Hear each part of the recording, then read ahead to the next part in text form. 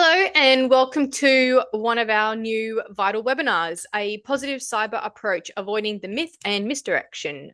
This session was originally delivered by Garry, in part live in London at an ISACA Europe Conference in October 2025. Since then, the concept and mindset conversations have continued. So we thought we would come together for another session to deep dive the concept further, incorporating some additional views and even post-delivery discussions with AI, which was a bit of fun. And as a result, we've actually renamed this presentation to Security Theatre, Shiny Objects, and the Cost of Misdirection, Why Cybersecurity Professionals Chase the Wrong Problems. This session is being recorded, so at any time, those who are interested can go back and listen, watch again, or share with others. Watch this space though, as we're working on some more deliverables to go with this for your benefit and your professional development. Just briefly, Vital Learning Edge, who we are, where we come from. We're a trusted provider of professional training and development, empowering individuals and organizations to thrive in today's evolving cybersecurity and tech risk landscape. You can read the rest of the slide if you want to know more, or go to vitallearningedge.com for our full portfolio, including our courses, our schedule, and upcoming course dates. But for now, we're focusing on Garry, the presenter for this session. Garry started in IT audit in the mid-80s and has worked in IT governance, information security, and risk management across public and private sectors. He's also got 25 years experience as a trainer and mentor and a long-term volunteer for ISACA. In his volunteer roles, Garry participated in ISACA's CISM and CGITE certification committees, including 3 years as chair of CISM and having written over 200 exam items. So I'm going to hand over to the lovely Garry to talk about this presentation. Thanks, Thanks, Garry. Jess. Thanks, Jess, so much. So as Jess mentioned, I delivered this presentation live in London at ISACA Europe, and the motivation for me to do this was, I guess, after all those 40 odd years or 30 odd years in this space, a frustration with where things are at in terms of cybersecurity, and probably a challenge, I guess, that I see in the mindset of cybersecurity consultants, cyber news and articles that I read. But the area that troubled me the most was I see it in my students. I see in my students that they don't have a positive approach to building an intentional security culture. I know that sounds like a bit of a mouthful. What I'm getting at here is the perception that, let me move my screen here, the perception or perhaps my proposition here that the positive mindset of a cybersecurity consultant in the way in which they deal with security within the business actually leads to better business outcomes. To put that another way, we see cybersecurity practitioners and professionals talking about, and I'll deep dive into this in a minute, talking about the negativity of what can go wrong, that cyber is all about threats and threat actors and hacking and bad things and the risks that might happen to a business. But in reality, security exists to enable business success. And I want to talk about how a mindset shift like the one I just did is so much better for business outcomes than the negative approach. Now, one of the things that was really fascinating for me, having delivered this in London, at the conference, 70, 80 people attended my session, and it was packed, standing room only kind of thing, was the very next morning. There was a presenter. Her name was Deborah Searle, a solo Atlantic rower. Feel free to have a look at the wonderful thing that she did rowing across the Atlantic. And she delivered her presentation about that as a keynote speaker. And she had these sort of 5 bullet points. These are my kind of summary of what she said. But what I was fascinated with, and I'm not going to replay her session, what I was fascinated with was the similarity with what she was saying, with what I had talked about in terms of cyber. And that is that if you are positive and have a contagious positivity, it actually builds a mindset that we can do this. And so there's a couple of other things there that I'll pick out. One, for example, choose your attitude. This was the thing. If you look and explore at her videos and read her book, she talks about starting every day choosing the day's attitude, and how that choice of attitude drove how she thought, how she felt, how she acted, and led to the result. The result being she rode across the Atlantic. And I really resonated with this. I was so excited that I thought, wow, I could have used that in my session. That if we think, feel, and act that good security is good for business, what result do you think you get? And so that was kind of an addition, as Jess mentioned in the intro here. We've played around with this session that I've delivered. This is an addition to that session. And I just wanted to call that out, that this mindset approach isn't just a cyber thing. It happens all over the kind of place. So in my presentation, I've got here three positive mindsets. I'm open to debate whether they're really mindsets or not, but it's about using the way in which you think to respond to these. So, for example, I've used already this phrase, good security is good for business. Instead of thinking about security as being protecting against bad things, if you think that good enough security in our business is going to be good for us and help our business succeed, then you'll work out what is the answer to how much security is enough. The second one I've got here, and I'll go through all of these in detail, was the mindset that everything you do in securing your business needs to connect with the purpose of the business. Because if it doesn't, there's misalignment. In fact, there's structural misalignment. You're quite possibly spending money on things the business doesn't care so much for. Now, I know that's challenging when you've got kind of all the threat stuff out there, but keep this mindset at front of mind when you're looking at architecting the business response. Connect everything you do to the purpose or mission and vision and objectives of the business. And the last one is, how do we then, in our mindset, what are the secure business capabilities we need that enable the purpose and ultimately the good security is good for business? So I'll talk about each of these. And I started with this really curious one. You might have heard, I referenced Yoda when I presented this. I won't try and do the voice again. But the first one I think was to unlearn what we have learned.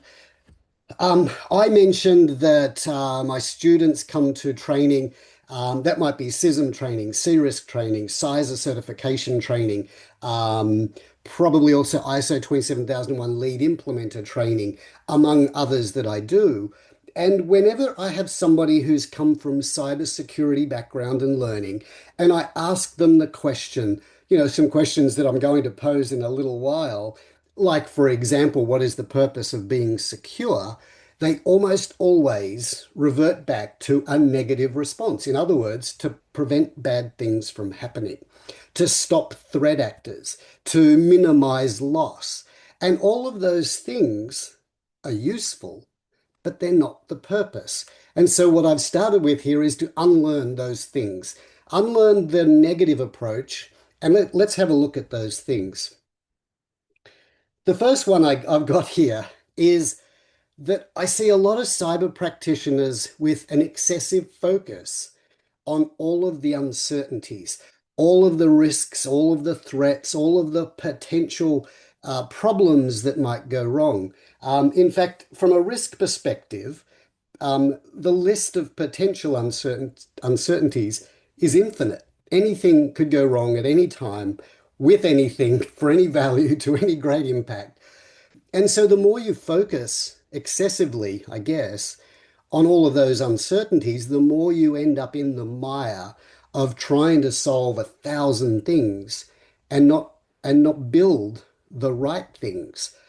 And so one of my criticisms, and I've had lots of fun debates about this, is, components, say, for example, of security awareness, looking at, so phishing simulations. I'm a great critic of phishing simulations, and password complexity and multi-factor authentication. All of these things that we have this excessive security awareness focus on. But in reality, the question is, how much do we need to do with this versus what capability do we need to build in our business to be successful? And so the first one, I guess, that I wanted to talk about was this excessive focus on uncertainties. The threats, vulnerabilities, and risks are infinite and unlimited. And that's probably the first thing to think about. How do you reverse the thinking on that? And one of the ways, or a couple of the ways to do that, and you might remember in the heading that Jess showed right at the beginning, I had myth and misdirection. I believe the cyber industry has um, promulgated some myths and misdirection. You can work out which ones are which if you like, that are basically untruths. And here's one. People are the weakest link. I think people are not the weakest link. If and there are lots of explanations, but I'll give a few. For example, if people are the weakest link in terms of using the tools and make mistakes, then they haven't been trained. The weakest link is the training. If staff have a lack of motivation and therefore share passwords or do bad things, it's possibly their management and their leadership and their supervision. And if people are given tools like multi-factor or strong passwords and can't use them and have to step outside and find weak ways of doing it, then it's not them that's the problem. It's the design and architecture is not fit for purpose. There's many more cases that I have of people not being the weakest link. The problem I have with it, the reason I've got it red here, is that this allows the cyber practitioner to blame the human when in fact the human is just simply lumbered with poor design, poor deployment, poor training, lack of competence, lack of time. And that makes them an easy target for cyber practitioners who don't have to think hard enough about how to solve the problem. And so this is where we see, for example, phishing training jumping in to say, well, people click links all the time. Maybe their links shouldn't come into the business. Maybe we could do better to engineer secure email. Maybe we could block things at the gate more. Maybe we could just, eliminate email as a business comms method. Wow. But there are myriad ways to resolve the problem, and none of it involves blaming the human. I'll talk a little bit about it again later when I deal with competency. The second one that I've picked on here is a phrase that really annoys me. And maybe, as you get older and you kind of get old and grumpy, Jess will attest to me and, getting grumpy about things. Security is not everybody's responsibility. Now, the reason I dislike this phrase is it allows the cyber practitioner to basically point at everybody and say, all of you have to do security. The reality of this statement ought to be that everyone has a security responsibility, and our job in cyber is to help them execute that. That is a far more powerful statement than security is everyone's responsibility, which allows us to broad brush and then blame. So be a bit more precise here, a bit clearer on exactly what is everyone's responsibility.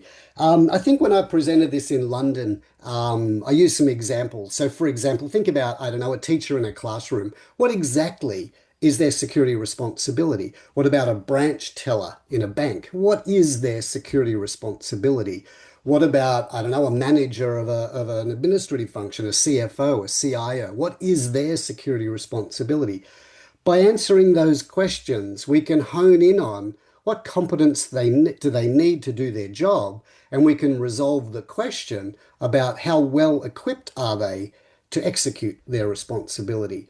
But if we just say security is everyone's responsibility, we do nothing to throw light on what exactly should we do in security to resolve this.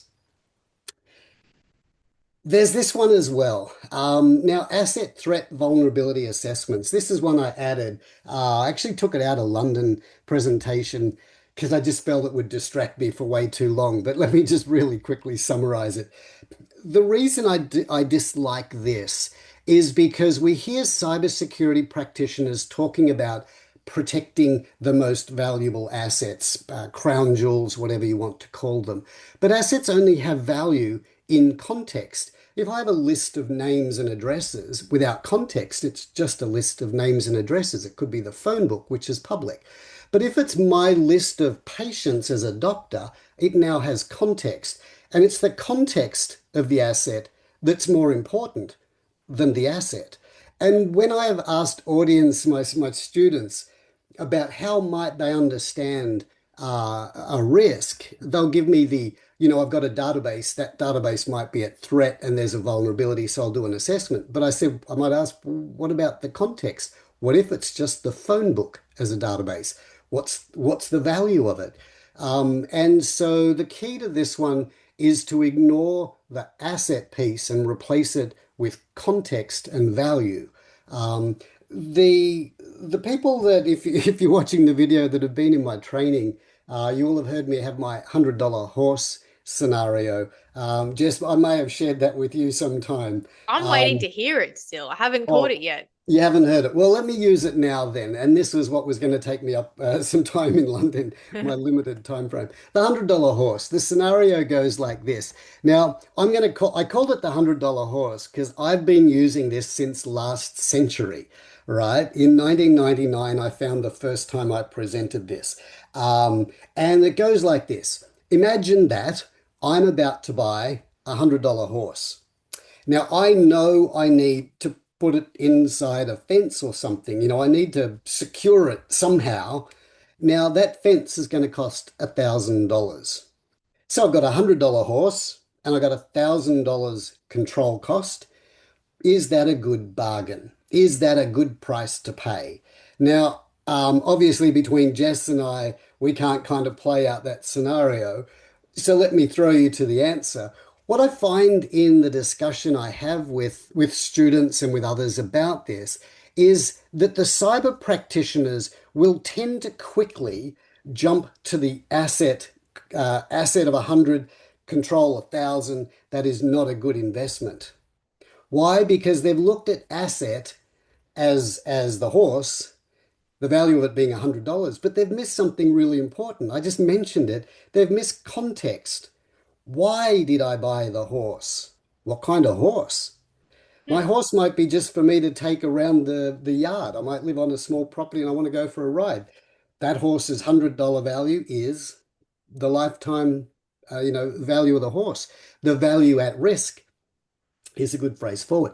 But imagine if that horse is a foal and I intend to train it and maybe put it in horse racing or events or something, and it will return an income. Maybe it'll become $1 million, horse that wins races. Hmm. Now the $100 is not the value at risk.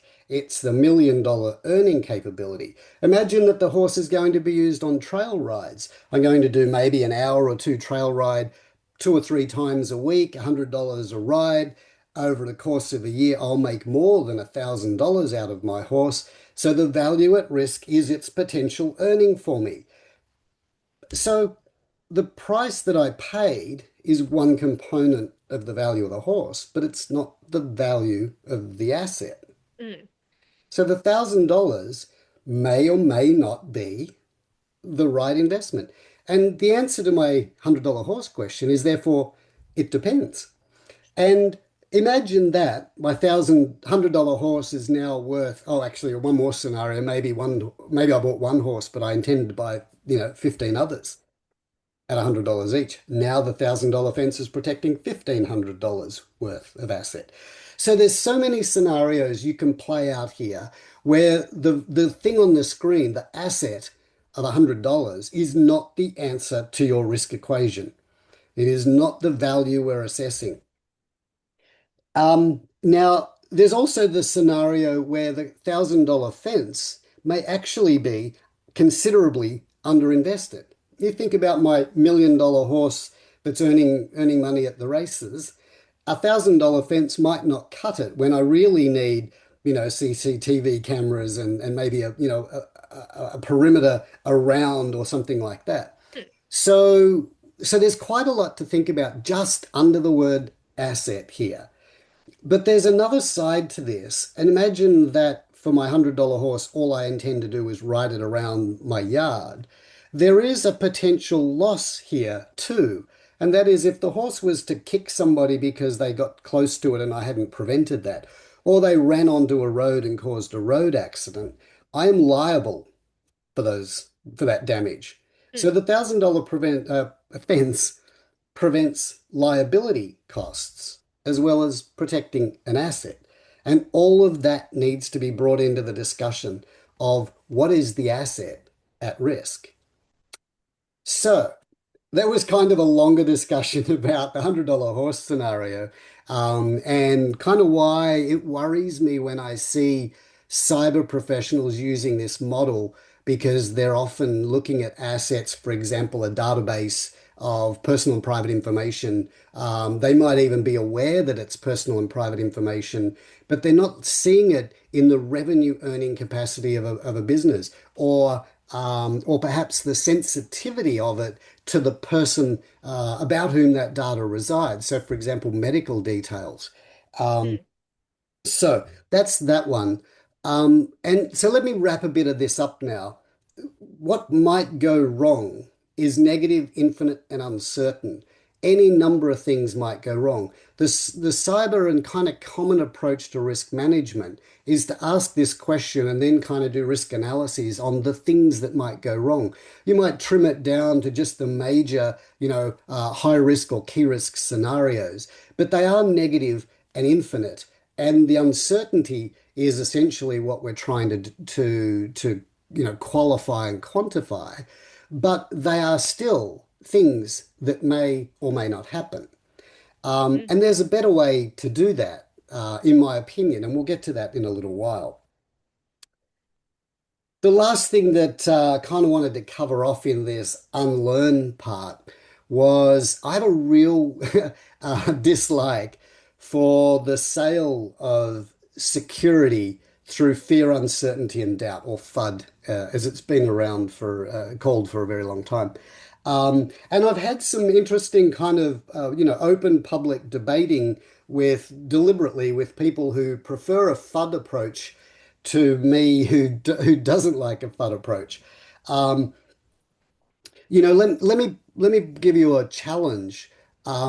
One of the things that I noticed, and I mentioned this at the beginning, when you read an article that is trying to sell the need to be secure, an article in a journal, the article in a newspaper, something that comes out in our cyber professional magazines or something, it will, and here's my challenge for you, it will almost always begin with that threat actors are out there, that hacking is prevalent, that incidents permeate everywhere, that loss, damage, and disclosure is happening. It will try and make you feel fearful that you need to do something because of the uncertainty and therefore the doubt that maybe you could be attacked. mm, And I don't like that as a method of sale. The reason is, as I've just kind of talked about, it is just simply about what might go wrong. And if you apply my positive approach to this, you'll discover that by building, and I've got examples of this in my 35, 40-year career across this space, where if you architect, engineer, design systems of security that are aligned structurally with the process and the value and the service that we're looking at, then you can minimize the uncertainty down to a very small number of things. And it just simply takes, I guess, an alternate perspective instead of the FUD one. One of the reasons that FUD, I find, probably my primary reason for disliking this, is that this is, if you like, cybersecurity's own ransomware. This is like going to the executive and saying, we need to do this because if we don't, this bad thing will happen. So you need to give me money or else. And that is ransomware. yeah. It is the definition of ransomware. And so cybersecurity, is out there trying to convince executives to spend money on things that may or may not happen, that may or may not affect them in some way or another, using fear, uncertainty, and doubt, ransomware. And in my experience, and I've worked with to kind of drop a few job titles, commissioners of government agencies, directors general of government agencies, CEOs, CFOs of, large companies, multinational companies, small companies, startups. In every circumstance where I come in and start the discussion about, why does this business need to be secure? I will never use the journal approach of FUD. I will always use the because this will make our business better approach. And when I do that, and they open the door and ask the question, okay, tell me how, I find that they then take accountability for it. They want ownership of that because it's their business and they see that they're the ones that make those decisions.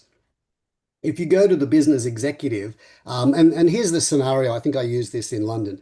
Imagine you're getting in a lift, right? The kind of proverbial lift scenario. You're getting in the lift with the CEO or those other job titles I mentioned, and the door closes. It's just you and her, you and him, and they ask you a question. Hey, Gary, what do you do? And you say, oh, I help our business prevent threat actors stealing our valuable assets.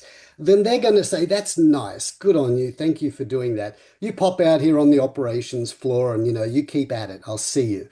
But if I get in the lift with them and they say, hey, Gary, what do you do? I say, I help you succeed. I help our business achieve its purpose. How do I do that? I have a narrower frame of reference. My frame of reference is to ensure that we've deployed digital security, IT security, cybersecurity that's fit for our purpose, that's within your budget, within your need, and going to be functional and acceptable. And I'm going to help our organization, grow and succeed and do all those great things. Now, that's a conversation that they want to continue. Yeah, worth remembering. Everyone likes Gary. Look, it's worked for me. It's the proverbial lift thing. But the opening conversation with any executive, if you start by trying to sell them that bad things might happen, you probably won't succeed. And look, I was just looking just a little earlier before this, something popped up in my screen about, I don't know, tenure of CISOs, I think it was to do with. And when I read through it, I never saw anywhere in it where it said that if you engage the business in asking them some questions, which I'll get to, and one of them is how much security is enough? What security risks are we willing and not willing to take? Mm, When you engage them in those questions, they take ownership. But if you say to them, threat actors might steal our stuff, okay, all right, yeah. it, It's kind of it's like, yeah, we'll fix it. Do something about it. away we go. Yeah. And what happens from the FUD approach is organizations then, if they win that argument and the executive throws some budget at it, you end up with point solutions like, phishing sims and threat analytics and SIEM and SOAR systems, which may be useful, right, in a properly architected solution. But at the moment, through FUD, they're just essential because we've got fear and uncertainty and doubt about what may or may not happen. And so, I'm kind of open, in the chat when people watch this video, I'm interested in whether people think FUD is a way to do this. As I said, I've had a open discussion with somebody about it in front of an audience. I took the non-FUD side and they took the FUD side and we debated it out. It was kind of one of those hostile fights you might do. And the audience got to make a choice what they thought was the right thing. I'm saying I don't like it, but the industry out there is doing it. So that was kind of the unlearn thing, right? Some things that I feel are bad practice within cyber. There are more, right? I'm limited by time here. In fact, here's a little scenario, a little vignette I'll share because I've got time in this podcast. I didn't in London. Sadly, about, maybe just a week ago, a man who I had great respect for, his name is Brian Barnier, name was Brian Barnier. He died just a week or two ago. A wonderful thinker, a really great communicator about risk, about systems thinking and design thinking, and the kind of quantification of control for value. And Brian and I used to have some wonderful chats about how do you help business understand the cost of control and the value you get from it? And how do you then lift above that into understanding all the factors that lead to value and success and systems thinking and all of that kind of stuff? Um, and so and so it's kind of it's sad we've lost Brian to the kind of thinking world we have. He was a great proponent of using better approaches to risk management than the asset threat vulnerability model. And even this might cause some people to back up here. Even things like cyber quantification, which in isolation of purpose is just numbers. We really do need to connect risk and outcome with business success. And if you're not doing that, then you're just talking FUD. And so, Brian was one of those people where when I had chats with him, he helped me see the value, I guess, in my approach. But he did one other thing that was really interesting, that kind of prompted me to think about him. I got talking to him about my concern with these myths and misdirection, because I think a lot of what we have seen through cyber is misdirection. Spending money where we shouldn't and not spending it where we should, is the misdirection. One of the things Brian said to me, hey, Garry, this guy called Gene Spafford, maybe some of you have heard of him. Spaff has written a book. You should read it because he's got some myths and misdirections. His book actually is called Myth and Misconceptions. So I had my kind of own phrase that I'd coined, but there's a whole book out there of 175 cyber myths and misconceptions that Gene Wow. Spafford and others et al. Have written about. I've got the book behind me. I won't go grab it now, but I started reading that and I went, yep, tick, yep, I agree. That, yep, there's another one. I got that too. Yep. He's got more than I've got, and he deep dives into technical stuff. Many people would know I'm not super technical, and maybe that's my downside. But the whole FUD thing, and it's a nice segue into part two here. Um, a positive mindset and not a negative mindset that we've just talked about, I believe leads to much better outcomes. It opens the door, firstly, to conversations with leadership. If you are seen as the person who just talks to the leadership about all the bad things that are happening out there, you are in a circular world where the more incidents that are out there, the more you want more money. The more problems you have, the more you're validating, you need more control. And none of that really is helpful. If you look at, and maybe we'll move into the next part of this, we'll see some answers. So here's this first one. Good security is good for business. Bad security obviously is bad for business, but the mindset isn't all that negativity. It's about trying to find a way to answer the question for the leadership. That good security will help us be more successful. The question is, what is good security? Just mentioned that I had an interaction with AI. I thought I'd Mm. throw my ideas at AI and see if it agreed or disagreed. And what was fascinating? It was, and I use the word exhilarating. It actually learnt from me just in our interaction because it was filled with. I asked it about its data set. It was filled with those negative perceptions. In fact, when I asked it about, what is the purpose of being cyber secure, it was all of that stuff we just covered, that bad things might happen. And so I said, no, I wanted to look at how good security enables better business. And it said I hadn't really got anything on that to kind of more or less. We're going to replay my AI chat probably in part two or a little later, Yeah, but definitely. it was good fun. So here's the mindset. When you're talking with leaders, when they say, well, let me throw the question at you, and it's about to come up, why do we need to be secure? Then if you have this mindset now that good security is good for business, you won't answer with because bad things will happen. You will answer with because if we build the right security capabilities, architect the right solutions to serve our customers, we are more likely to achieve the goals we set for ourselves as a business than if we try to mitigate the myriad what can go wrong scenarios. Hmm.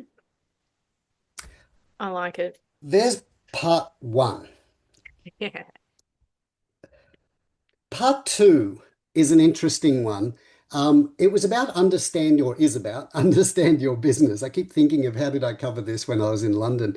Understand your business. One of the really weird things I've found in cybersecurity industry, again in discussion with people, if I ask the question to my students, explain what your business does, and then how do they do it, I find very, very weak answers that they don't understand the business. You know, for example, they might understand, I don't know, I'll pick a few out here. They might understand that they manufacture an IoT device, or that they're in insurance, or that they're in education.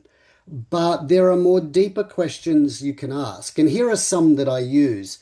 Why does our business exist? What is its purpose? What are our objectives? Now, you might notice, and I've got the why question at the top, this is the Simon Sinek start with why kind of model. I use this in my head and have since that book, I guess, maybe even before that. Why is this important? So in my days doing audits, you know, if I kind of drill back into my IT audit years, mid 80s, 86 through to about 97, 98, 99, maybe 98. Anyway, um, I would have an audit program, and the audit program might be go and audit, I don't know, an AS400 such and such, or a network, the network service, or maybe go and audit a business function for their use of IT. I don't know, finance or payroll, or in education department, it might be, you know, curriculum and the way in which we do use IT. And my first question in my own mind, I guess I was just instilled with this, was why does this process exist? What value does it add? What is its purpose? Because if you know how these things connect into the fabric of the business, you can position it now from the risk perspective, if you want to talk about it in that way, but primarily from the value, the $100 horse. What's the value we are protecting here? What is the value it enables? What is the service it provides to us? And how important is this in the scheme of things? And as a cyber practitioner, I'm kind of surprised, you know, people might jump at, you know, IT operational processes as important when really they are just service functions for a broader business process. That was probably a little vague there, but you know that if you can answer these questions, imagine getting into the lift with that CEO, and you know you start rambling on about risk and threat, clearly disconnected from what the business is all about. But imagine if you get in that lift and you say, I'm here to enable our purpose. I'm here to, I don't know, if I pick on something like, you know, maybe I'll take public service because their services, their purposes are a bit more social than capital. You know, if I look at education, its purpose is to build an informed society, to build a knowledge society. That is why we are there. That is what we do in an education department. And it focuses on, you know, kindergarten to year 12 here in New South Wales. And so I can now explore that. What is the issue here? What is the risk that we are facing? What are the assets we're dealing with? What are the processes that enable that to happen? And I can drill into that and ultimately answer this last question. What are our objectives? To ensure that every child that goes through our system achieves the target goal that they set. That's the customer goal. But what's our business goal? From a security perspective, to ensure their privacy, to ensure the integrity of our exam processes, to build curriculum that has integrity when delivered technically digitally in a classroom. Now I can connect good security practice with purpose, process, and activity. And it comes from understanding the answers to these questions. It doesn't come from going, what are the risks? That's Mm. just infinite. And so in my note I have here, and I'll read this out, it was probably better than my off-the-cuff summary. I wrote, understanding purpose awakens the true value of the business. This value is what needs protection. And as a cyber professional, ultimately, you should be able to connect your contribution to the organization's purpose. That is structural alignment. Mm. And so I have used these questions for a very long time. If you do my ISO 27001 lead implementer training, little marketing piece there, I will explore these questions in that training with you. We even do activities around this. But I wanted to come back to security. If you think about that question I had, I'll go back here. What is its purpose? No business goes into business with the objective to be secure. Being secure enables the objective, but being secure is not the objective. Even companies that do security, their objective isn't to be secure, it's to do a service, provide a service, to sell a product that is good in the marketplace, that's fit for the customer's purpose. So organizations might have some purposes, some objectives, and I could summarize them in the kind of capital model. I think I've got it coming up. Profitability. They need to be sustainable. They need to make profit for investors. They need to grow in some way. They may grow regionally, they may grow in feature set, they may grow in the number or type of products. And it's those sorts of things that are the objective of organizations that we can connect security to. But the cyber industry, where it worried me, was it seems to operate as if being secure was the goal of the business, and it Mm. isn't.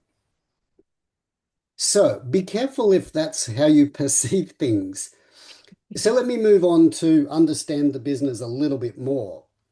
Using those prior three questions, why do we exist? What is our purpose? What is our objective? Here are some questions below that that you can use that help you get an understanding. I have asked the Director General of an organization, why do you think we need to be secure? Interesting. What do Okay. you say? And he was a he. His response was, Garry, I don't really know. Hmm. And that was telling. Mm. Not, not for me, but for him. He thought, I hadn't thought about it. I said, I am here, information security manager, I am here to help this business achieve the level of security you desire. But I'm not here to set the level of security I desire. I Mm. need to know what you want protected and why. I need to know where you believe value lies. And I need to know how you're going to engage your leadership team to answer their question about why do we need security? What benefits will arise for us for being secure?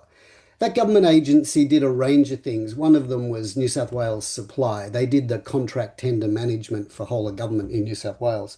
Why did they need to be secure? Because without security and tendering processes, there would be no valid, transparent process of winning government money.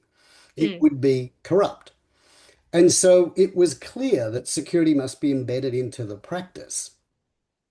And so, by answering these questions and getting the executives to give me their views on these things, and even, subtly directing them to the right answers at times, what we were doing, what I was doing, what we were jointly doing, was building their rapport with their own requirements. That security is a business requirement, not an IT one. And it's not the requirements of the cyber team to tell business, here's what we need to do to be secure. It's the business. And we'll talk a little bit about that. We may come to that in the next session. But these are really powerful questions. And I would encourage you to dig deeper. Don't have sort of just flippant or simple answers. Think deeply about this because, again, imagine you're in the lift. The executive says, but Garry, what benefit do we get from all this work you do? Mm. We get a better chance to achieve our objectives. That's what we get. Now, you'll notice I've got a reference to that. That quote is from Norman Marks. And the book that I tell everybody to go buy this. I don't get any money from Norman, but this is a wonderful book, Making Business Sense of Tech Risk. He has this phrase in there, and there is no better way to say it. I don't need to rewrite it. This is perfection. Imagine saying that to the CEO, the director general, the commissioner of an organization, or whatever it might be, that when they ask, Gary, why do you need to do? Why should we employ you? What does cyber do for us? If the answer is we get a better chance to be successful, and how can we make that happen? Then they're engaged in that. If my answer is because I can minimize threat actors stealing our data, then that's still just talking at operational level. The what can go wrong approach really only leads us to management questions, not executive discussion. Good security, that phrase I use, good security is good for business. Good security gives us this chance to achieve our objectives far more confidently than random security based on what may or may not happen. So how do I focus it on what might happen? Let's have a look. I had this kind of funny, I did have fun creating this sort of slide because I'm not a particularly good designer. I must admit, design is not my strong suit. And I had this, look at this. Don't you love my little, I think I it's the do. play. Yeah. Love it. So here are four things that I believe you could use as a cyber professional with your leadership as benefits. Obviously, these are just very simplified here. You could help them optimize operations. Think about the word optimize. Optimize means you've spent the right amount of money on the right resources to deliver the right outcome. That is optimization. It means that you've minimized loss and damage and failures of quality and rework and incidents. All of those things will be managed so that you've got the right spend in the right place and you don't have, if you like, from a quality perspective, a need to rework things. Every incident is an operational cost. And so if you can eliminate causes of incidents, you can optimize operational cost. That's the really basic one. You could enhance service. You could make customers jump up and down with glee with by providing them with security practices that are fit for purpose. And let me talk about a weird one here. The older I get, the more challenged I am to use some of the tools that I'm given. Imagine that I'm 80 and struggling to use a mobile phone to access MyGov or, New South Wales to do a license or something like that, or a website. And then imagine now that the cyber team have thrown multi-factor authentication at it, and I've got to now do challenge response on a separate app. Ooh, how am I going to do that? How does a user do that? Now, I'm not saying don't.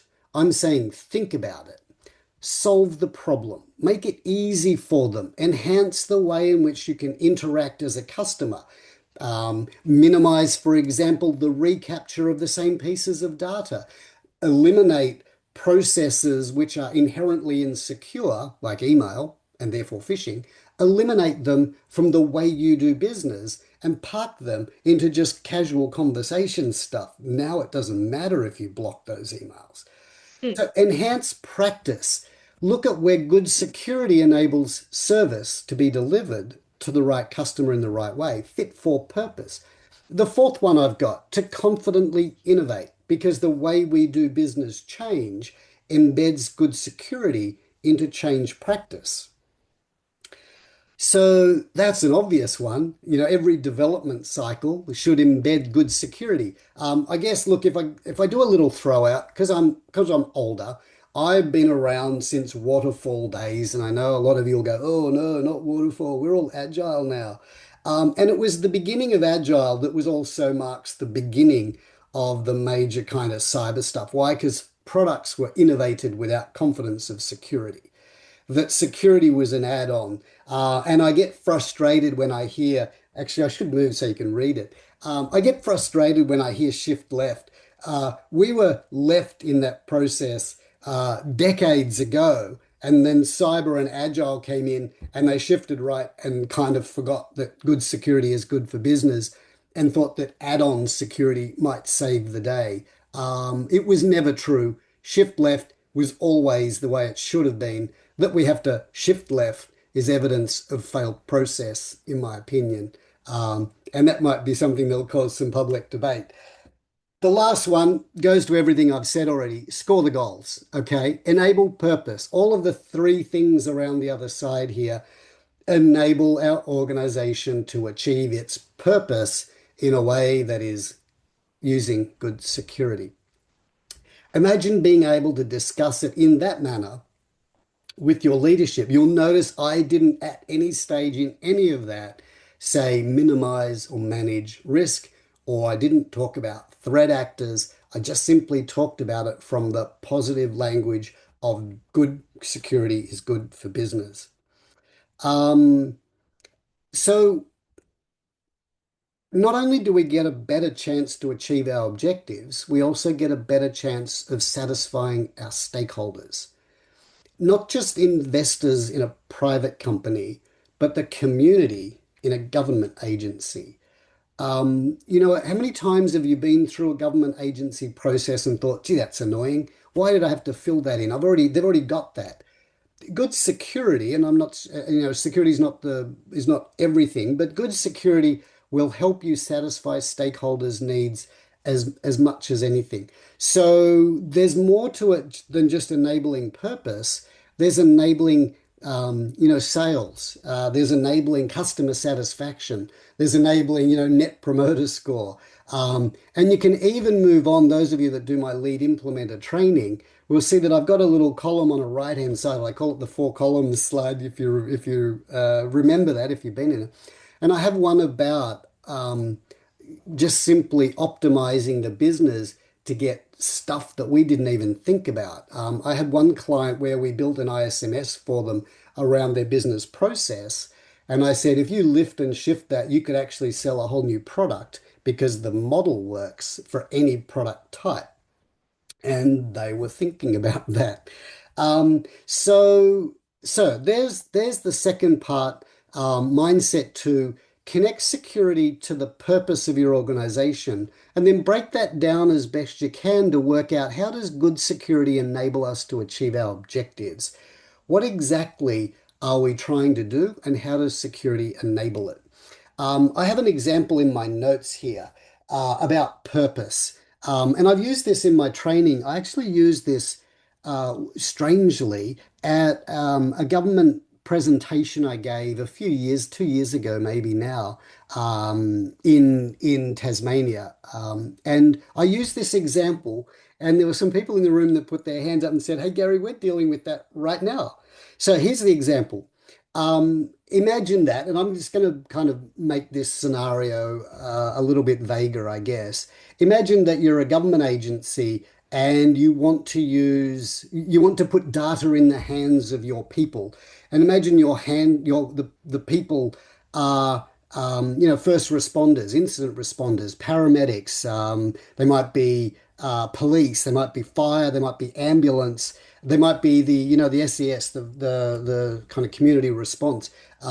Imagine that you want to tool them up with data about what it is they're arriving at, the scene that they're going to be at, where it is, the physical dimensions of it, the geology of it, maybe things like the power supply, maybe the flammability.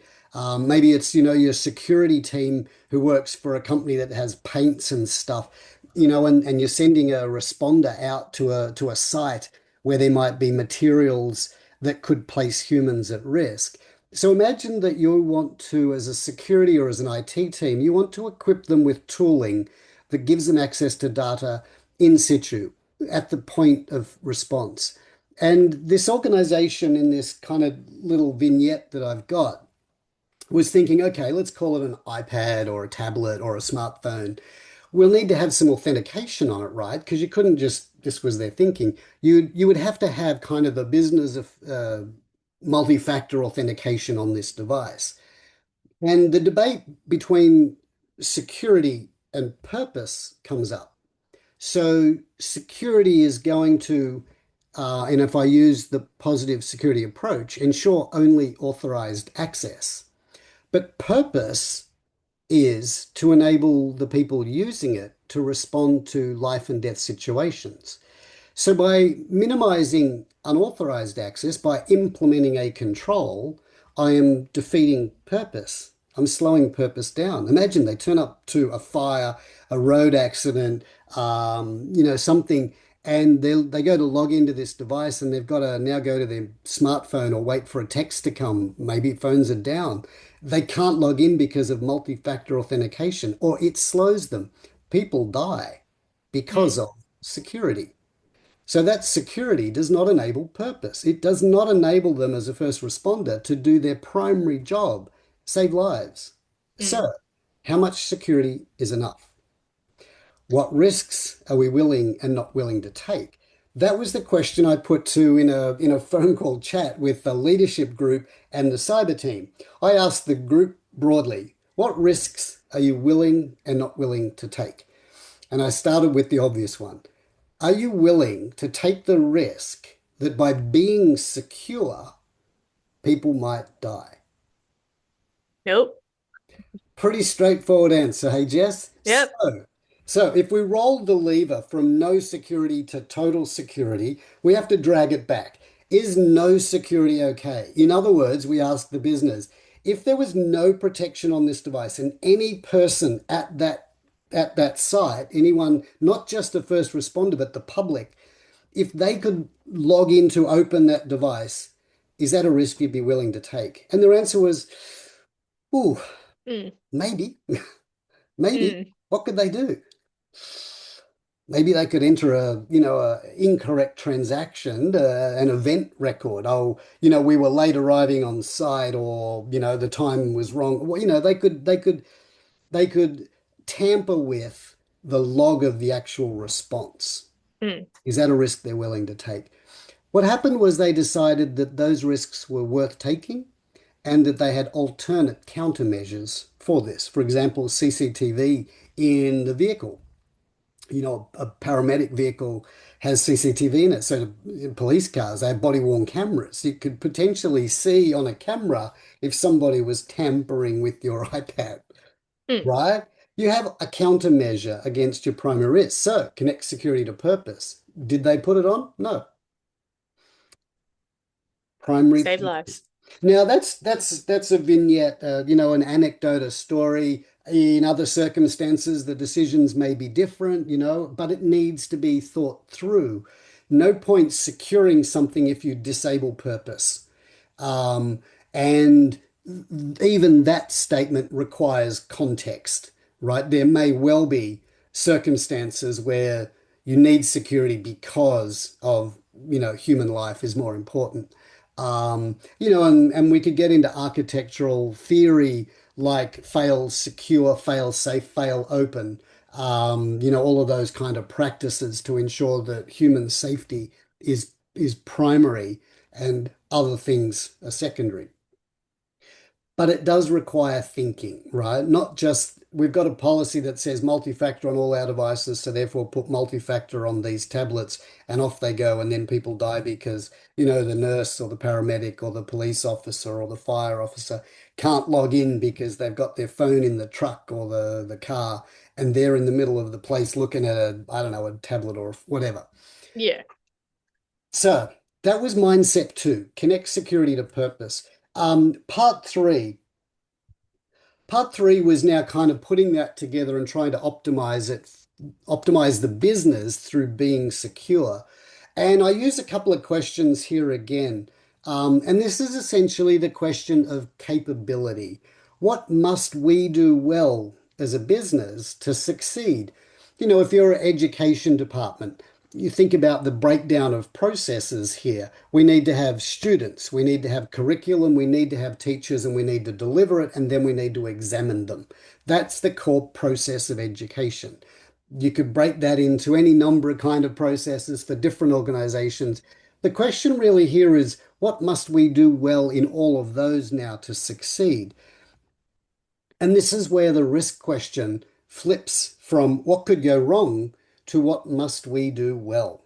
What must we do well to succeed? The answer is the capabilities in our context that influence us achieving our objectives within thresholds. These capabilities are the things I just talked about in education, for example, or perhaps in first response, the ability of a responder, a capability of the responder to know the site on arrival and what they're dealing with would enhance their ability to save lives or protect, property. But if they arrive somewhere uninformed, they've got to learn that as they go and maybe put themselves and others at risk. So the capabilities that influence achieving our objectives are finite, Mm. predictable, and measurable.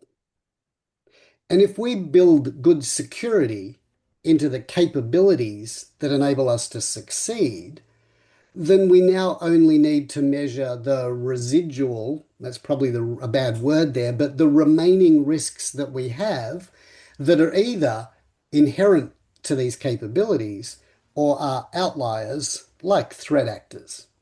So our risk list is no longer infinite, it's quite precise now. In Mm. fact, our risk list is to the capabilities and whether or not we have predictability, measurement, thresholds, operational excellence, and all of those things back in those earlier slides about, operational optimization. How do we ensure that capabilities are fit for purpose? And how do we embed good security into them to enable them to deliver their outcome that is expected, that will achieve our purpose? So, capabilities is what I prefer to use rather than risks.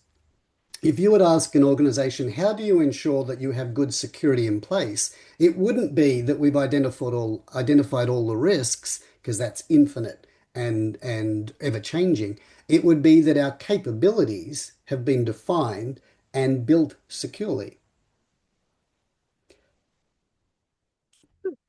So here's my Gary's generic business model. This is a model, and I'm gonna go through this. This could take a longer time, but I'll try and go through it quickly. I don't know. Hopefully, it adds some value. It's obviously freeware from me.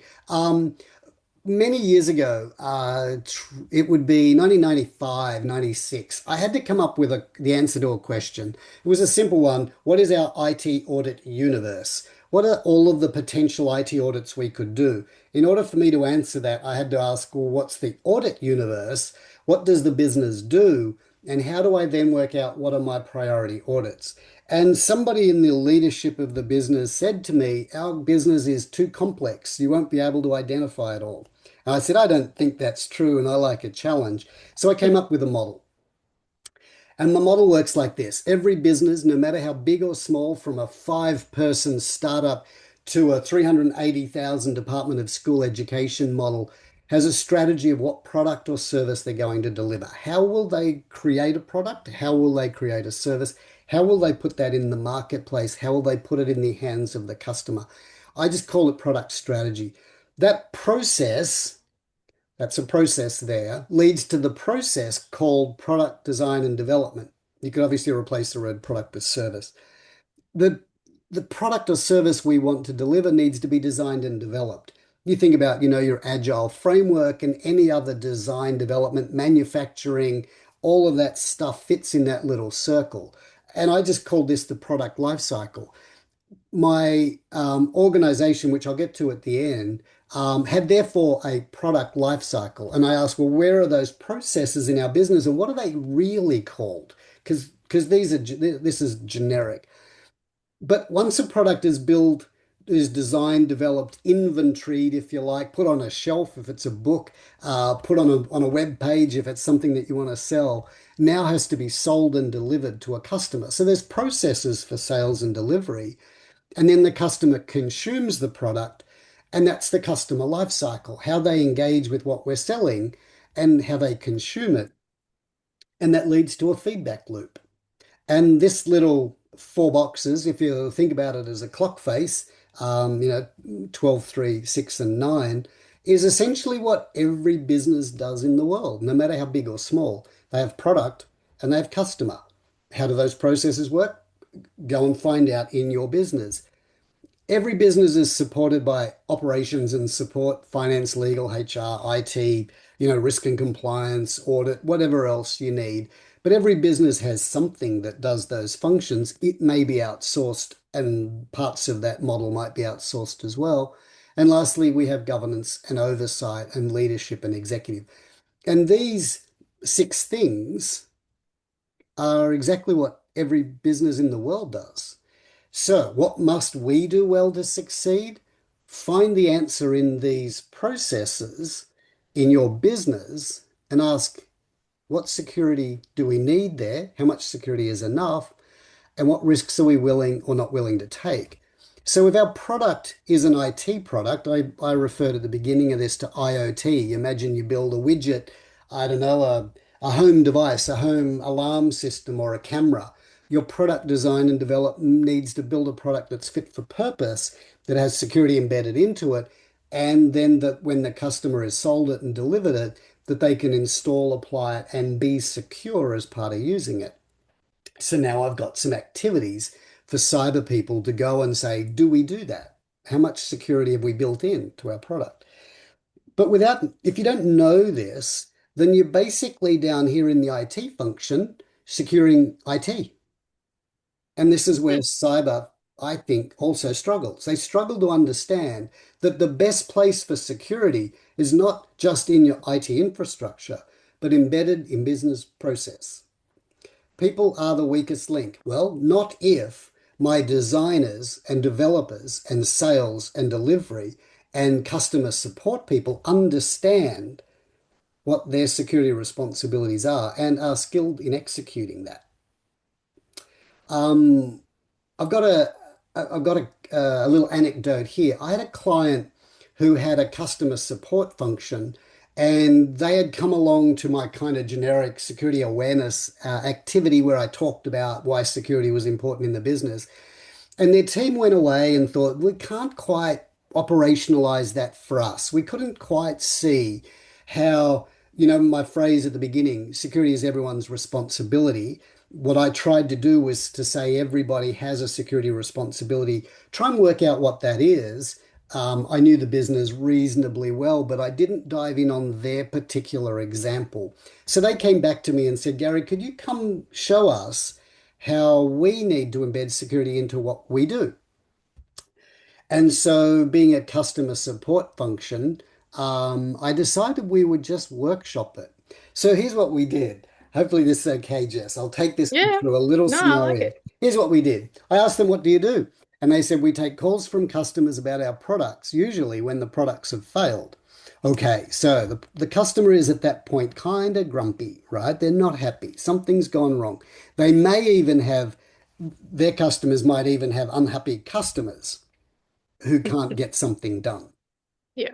Now, this particular client, and I might have to give away a little bit about not who they are, their name, but kind of the industry they're in.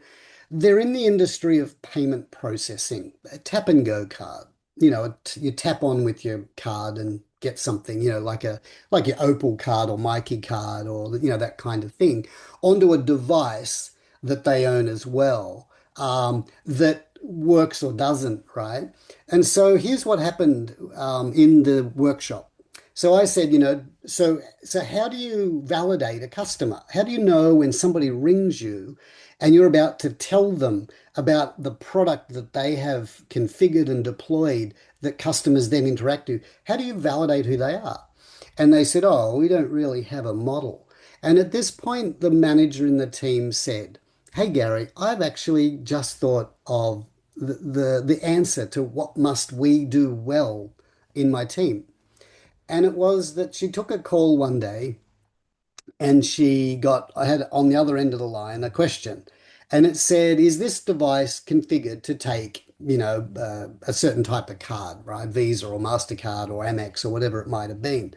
And she said, so I looked in the system and I said to her, and the woman provided a location, the client name, the model number of the device, because it's written on the device. You tap and go at an Opal machine and you can sometimes work out what they are or equivalent, payment card processing machines and point of sale machines. They've all got their little details written somewhere. And she read out enough information that I thought it was our client. And I said, no, it's not configured for what you want, but we could configure it. And the implication there is that the company had decided not to take a certain process because there's an overhead cost to it. So they said, no, we don't accept those. And this woman said on the phone call to the woman in the support center, and this is what the support center manager said to me, the woman on the other end of the line said, can you tell this shop to reconfigure it so I can pay for what I want to pay for? And she realized at this point she wasn't talking to her customer. She was talking to her customer's customer. Yeah, right. So she wasn't validating who they were. And so the outcome of this little scenario was not that I told them how to validate a customer in a problematic, anxious, sometimes angry phone call. It was for them to answer the question, how much security is enough? What risks are you willing and not willing to take? Are you willing to reconfigure a machine when you have only partially validated the caller? Or do you need more information? What was your last invoice number? What is the special code account number on your bill? And at this point, your customer's probably getting more and more annoyed. No, just fix my machine.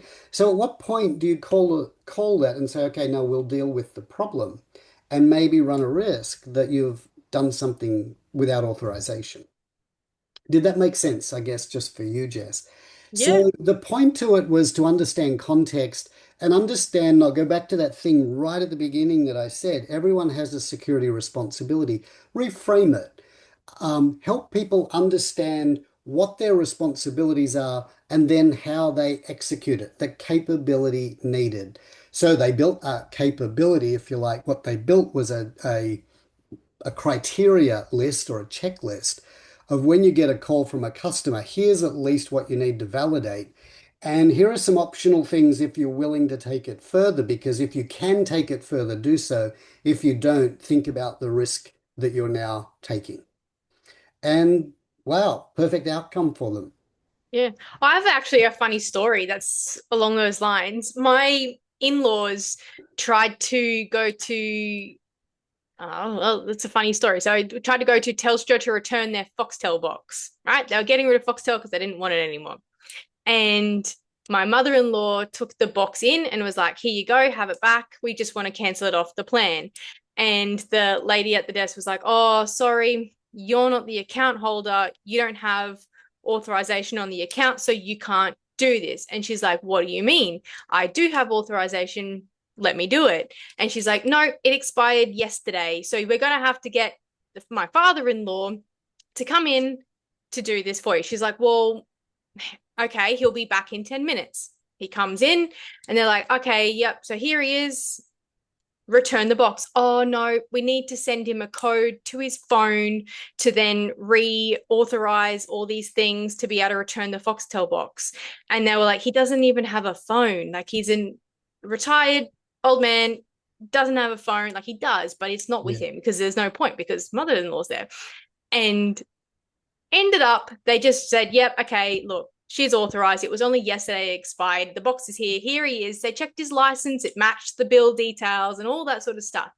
But it was, an hour or so of effort for something so simple and that just, blew it out. So in the end, I think they decided, yeah, okay, look, that's a risk worth taking to just return a Foxtel box. But they were not happy about the rigmarole to go and get it all sorted and do like. Right, right. So those questions I had before, what risks are we willing and not willing to take? Mm, How much security is enough? mm. Um, that good security enables better business outcomes, that good security can help customer satisfaction. The negative of all of those is obviously true too. Bad security, poor process, poor validation, excessive authentication, unauthorized activity are all bad things. But we do need to work through the business process model and work out the answer to the logical questions. How much risk are we willing to take here? Which ones will we take? Which ones won't we take? And if you look at your example there, would that organization be willing to stop a service where they've got the box in their hand or a box in their hand? They could validate, and connect the number on the box to the customer Hmm. as well. I mean, they're almost taking no risk to cancel it, right? Yeah.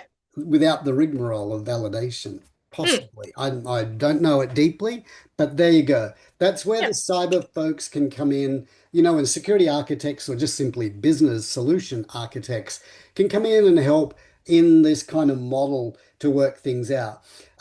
So just on my model here, this is obviously a super generic business model. I know that companies are more complex than this, but at the base, this is what, in my experience, and I've worked for, I don't know, maybe 10 or 15 organizations, but I've done ISO implementations on maybe 50. I've done audits of probably another 30 or 40. Um, all of them in my mind as I'm auditing them, I will ask about these things, and they all fit my model. I haven't found one that I can't kind of shoehorn into this. I know it can be a little tricky sometimes, but the point of my model is just simply to give you a tool to understand how does this business do what it does, and how does this business enable value. Let me go back to the $100 horse now. So if I'm education department, probably the big ticket item is the customer, being the student, is going to go through our curriculum and eventually get a credential. Now, if that education organization is selling, I don't know, let's say plumbing certificates and electricity, electrician certificates, or road safety certificates, or driving licenses, then all of them have an effect that if you issue them without integrity, incorrectly, then lives may be lost. And so we do need to have the right controls in this place. Some of them might be security, some of them are just good business practice. But it's about understanding the context and the value and the purpose and the goal. Anyway, I think I've prosecuted this slide a little more than I did in London. I kind of went really quickly through it. So that's a model I use, and it goes to this mindset: build secure business capabilities. If the capabilities in the business to execute those six processes are built with security in mind, are engineered and architected and operated in a way where good security practice occurs, not excessive, the right security that answers those questions, what risks are we willing and not willing to take, how much is enough, all that stuff, then the organization is, going back to that kind of comment, more likely to achieve its objective than if business capabilities just have random risk response treatments to things that you think might go wrong. Remember, I had the slide that says capabilities are, finite, predictable, and measurable. You now have controls that are also finite, predictable, and measurable in the execution of them. So now, from a risk perspective, you're really just looking at the threshold of acceptability or failure, and now you've got operational cyber risk. You do have your outlier attacks, scenarios. I'm not abandoning that. I'm just saying, from an internal, what can we manage and control? You now have a very precise list of what can go wrong. As opposed to if you start at the other end, what could go wrong? Anything and everything. All right, the last part, we're nearly to the end. The last part is building the intentional security culture. Now, you may have noticed right at the beginning, my title was about building a positive intentional security culture. Um, I do like to, in my training, have, if you come to my ISO lead implementer training, day one I talk about positivity, positive mindset, and I talk about intentional culture, because the initial creation of say an ISMS or any security practice ought to be sort of based on the idea that the culture we want to build for our organization, the intentional culture, the intentionality of our culture, is about the fact that good security is good for business, and good security gives us confidence to achieve our objectives. And if we use that as our mindset, we now start to build intentional security components that are going to help the business be successful, that are more valuable than focusing them on the myriad what can go wrong scenarios. And it moves us up. Actually, I shouldn't have gone to this slide. It moves us up away from the let me go back here.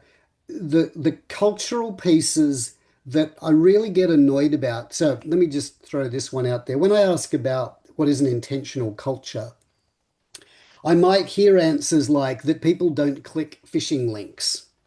Okay, that's a skill, that's a competency. What's the culture? The culture is that their behavior is to be perhaps cautious about email. That's cultural. That the norm is to report something that looks bad.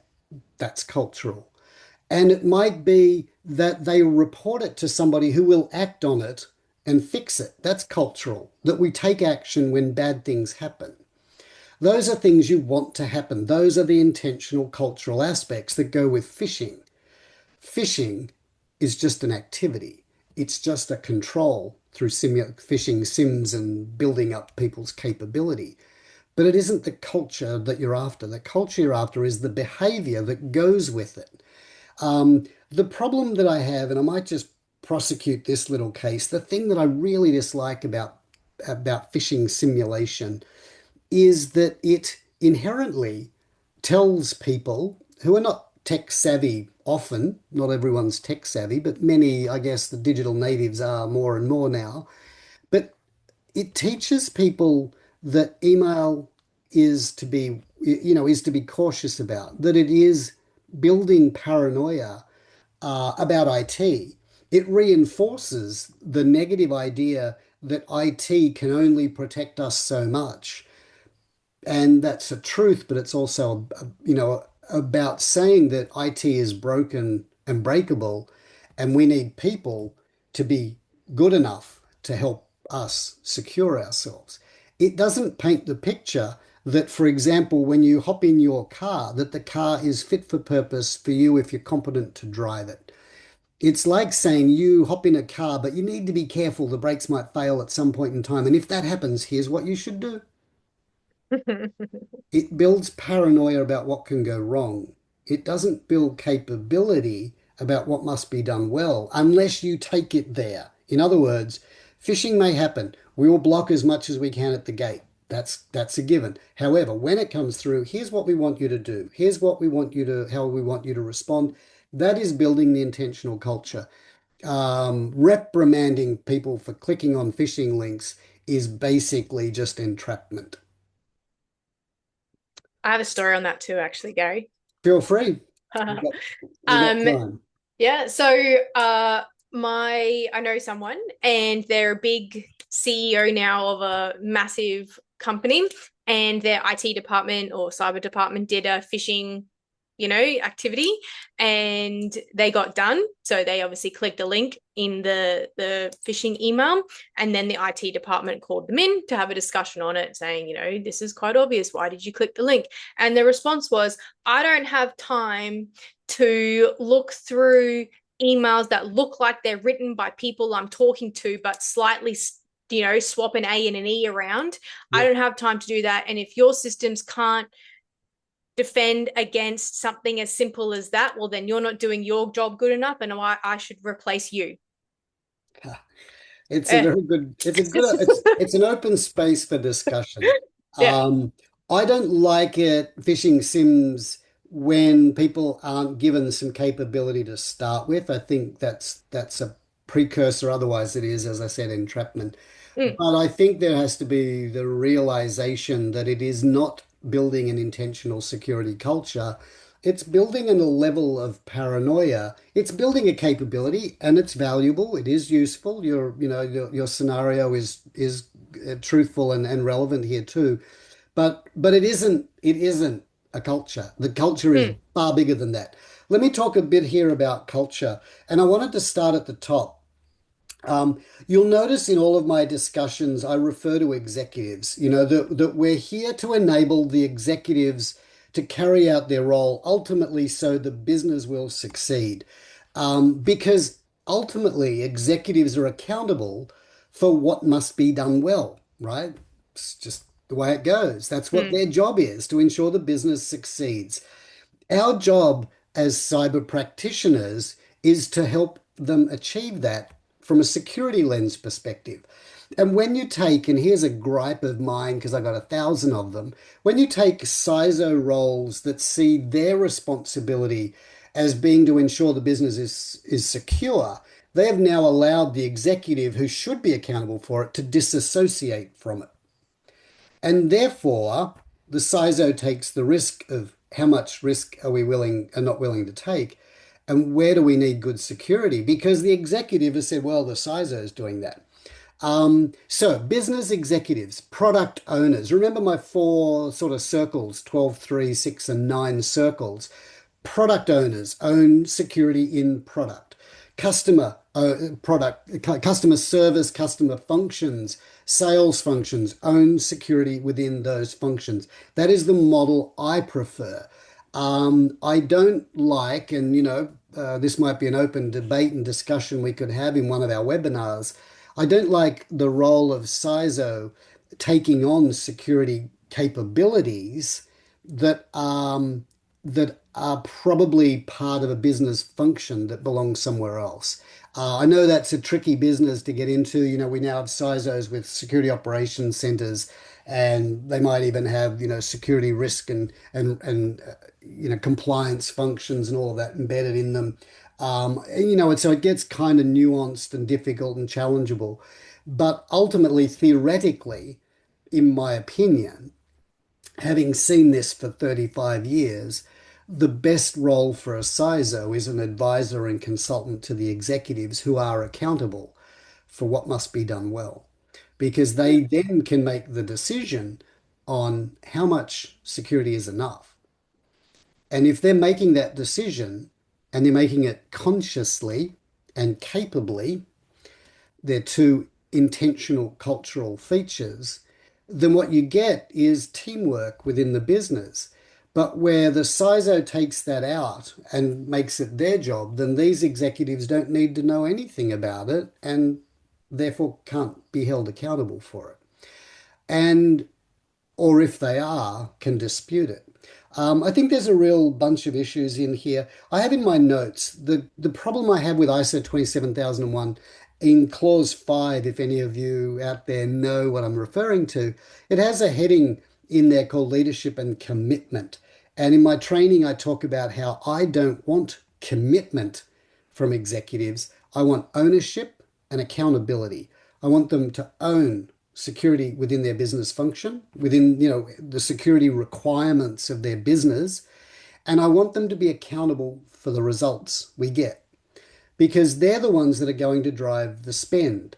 They might not drive the implementation and execution, but they're going to be the owners of what we do to make their business successful. And the standard uses the word commitment. Commitments like, yes, I've signed off on the policy, you guys go do stuff. I want them to be accountable for the stuff and I want them to own the result. So if I was to modify, and I don't ever want to get involved in ISO 27001 writing, I wouldn't have written leadership and commitment. I would have written accountability and ownership because I think those are far more powerful cultural pieces than commitment. Hmm. Um, Let me walk along this path a little bit about how I take this further. I've used these phrases already. When I talk to the leadership, in order for them to achieve this, in order for the executives to be accountable for what must be done well, we need to talk to them about what risks are we willing and not willing to take to achieve our objectives. The Norman Marks book refers to this wonderfully well. So, go have a read of that book and tease yourself through trying to work this out. I gave you the scenario of the tablet in emergency response. What risks are we willing and not willing to take? That is an executive level accountable decision on how much risk they're willing to take. And the more you kind of expose this and break this down into the process model that I showed you before, the more you're able to now define the attributes of your intentional culture. some attributes, and I've got them on the next slide. But some attributes before I go there. Actually, I'll just go there. Um, I've already talked about accountability and ownership. An attribute of your intentional, positive security culture should be that the organization's executive leadership, management, and operations staff understand their accountability and take ownership of that. Now, remember right at the beginning, I used a phrase that said security is everyone's responsibility and how I didn't like that. It was vague. Here now we can work out everyone has a security responsibility.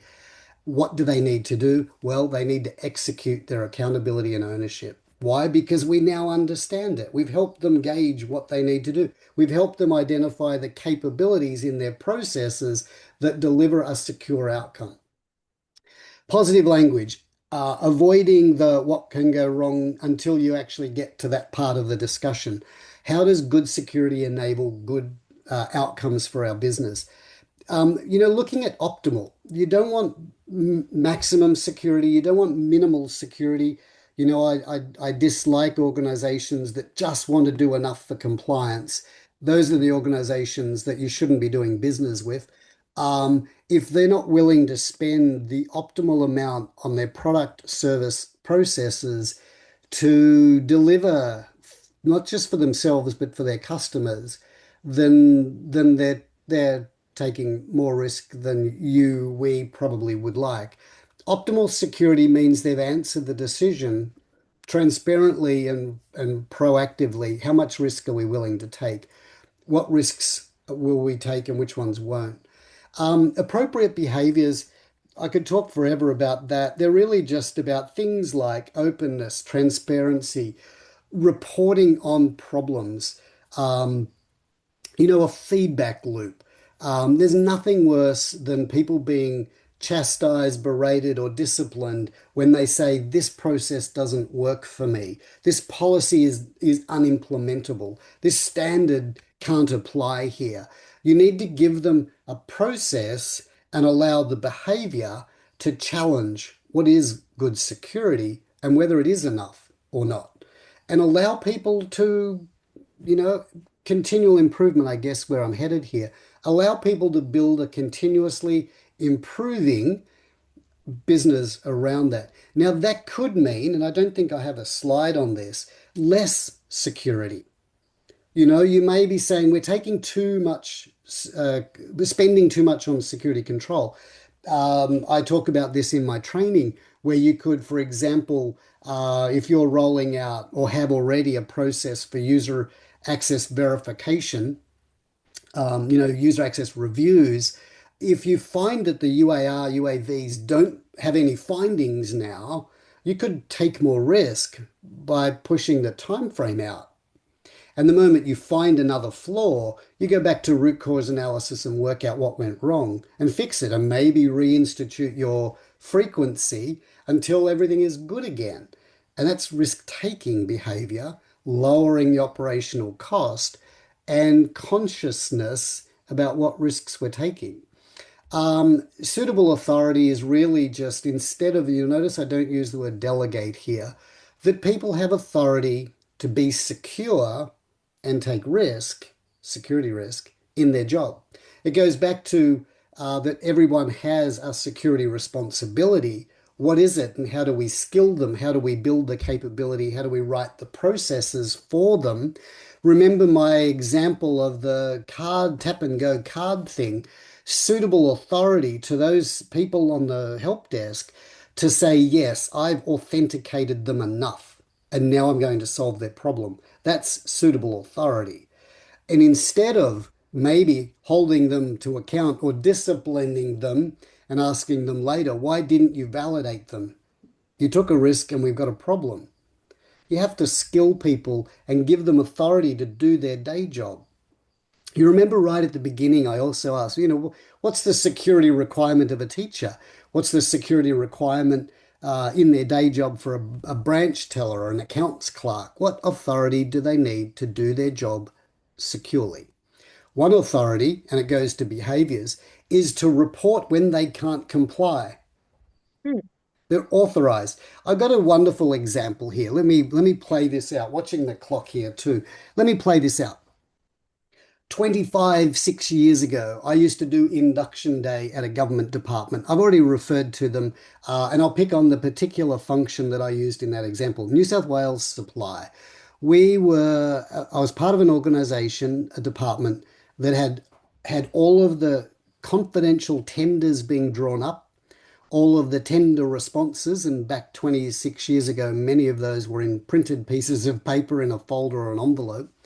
And in this office area would be tenders being written and tenders being evaluated.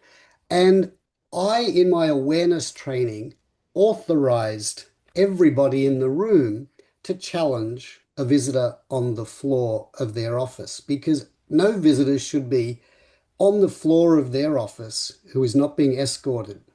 Okay? So the Deputy Director General was wandering through that floor one day, and a junior staff, a young staff member who had just been to my training, had the suitable authority and took an appropriate behavior and used positive language, took accountability and ownership, and walked up to that person and said, "Sorry, I don't know who you are. Who are you here to see?" And the person, the Deputy Director General of New South Wales Supply, got angry and said, "Who are you to challenge me on the floor? I'm your boss. Don't you know who I am?" And they got annoyed. And the person that asked the question said, "Well, the security manager, Gary, told me that it would be good if I challenged visitors on the floor." And the Deputy Director General said, "Well, I'll have a word to him." So he did. He rang me. He said, "Gary, you told them that they should challenge me on the floor." I said, "No, no, no. I told them to challenge people they don't know on the floor. Did you have your pass on with your name on it?" "No, I didn't." "So how are they supposed to know who you are?" "Well, they wouldn't." I said, "Okay, let's switch the behavior up. Is it appropriate now if I just tell them all, don't worry about anybody who wanders the floor, who might be picking up confidential files and walking out with them? Is that okay? Is that what you'd prefer? Or would you prefer their diligence and their authority to say, 'Hey, who are you?'" He said, "No, I get your point." So he went back to that team and had a town hall meeting, apologized, and said, "This is the behavior we want." Wraps Nice. it wraps that up, Yeah. right? It wraps that up.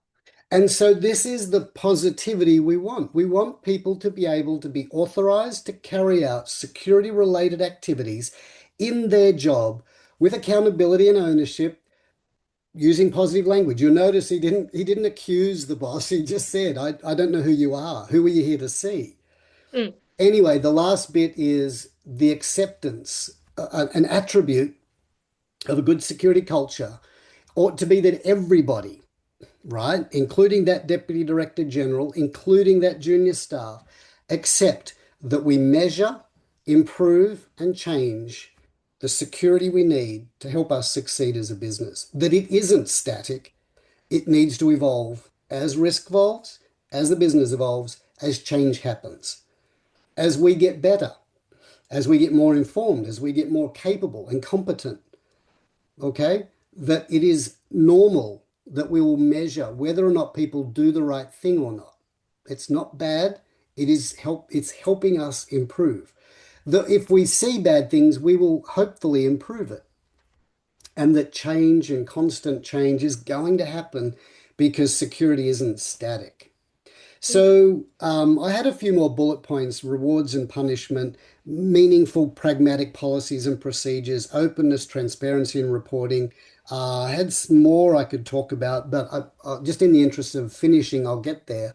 So let me go back to mindset one. Good security is good for business. Hopefully, I've kind of convinced you now that if your language is around enabling the business to be successful, and less around what can go wrong, you'll be much better equipped to talk with, communicate with, enable, build that culture that I just talked about. It clearly starts with cyber practitioners.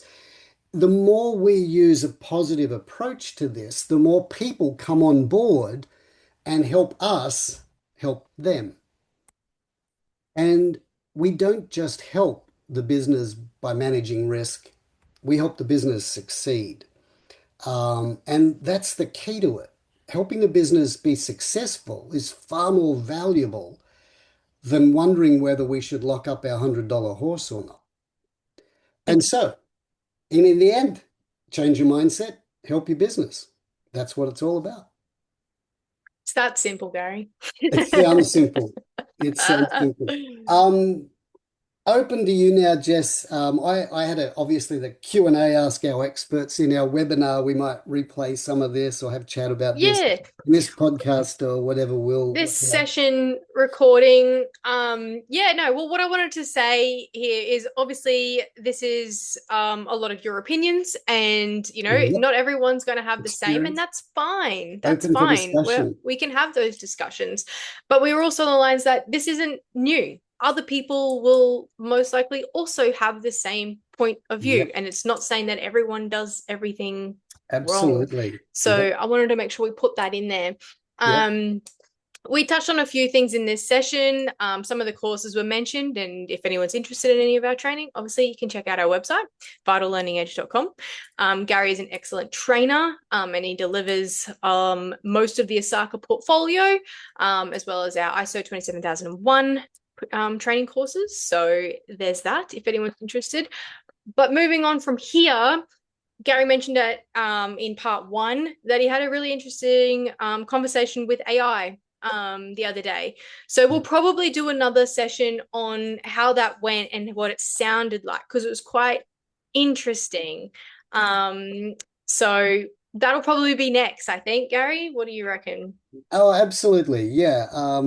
It was interesting to challenge these concepts and to find some validation of my line of thinking. Um, Picking up what you said, look, I hope I didn't come across as sort of the know-all. I just am talking about how I have done it, and I think a lot of the reason for success has been a positive mindset and not a risk one. I've been involved in risk management since the dawn of my auditing experience, but I think when you wrap risk up into a better bundle around enabling business success, you have much better outcomes yourself, and obviously you're seen better in the business. So I guess my purpose was to try and challenge the negative mindset. If that's what the audience has, if you don't, then you might agree with some of this. But like you said, Jess, these are discussion points. There are Mm, alternate viewpoints. There'll be things that I've said that people go, "Oh no, you're an idiot." And look, fair enough. yeah. Yep, fair enough. That's a-okay.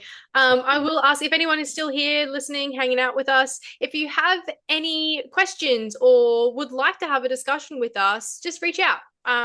We're happy to do so. We'll also plan on doing some more of these sessions live so that there can be some direct conversations live in real time.